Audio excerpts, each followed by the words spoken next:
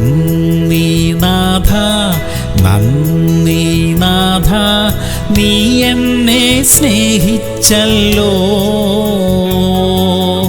ഇല്ലാർക്കും സാധ്യമേ അല്ല ഈ ബന്ധം വേർപിരിക്കാൻ.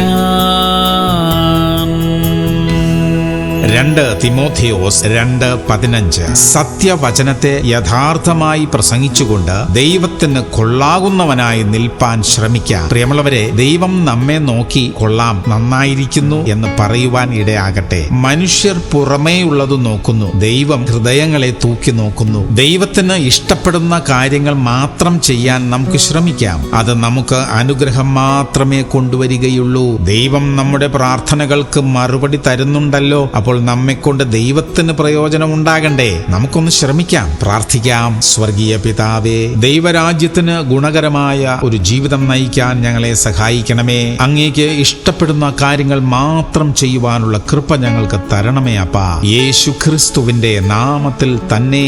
ആമേൻ, ആമേൻ, ആമേൻ.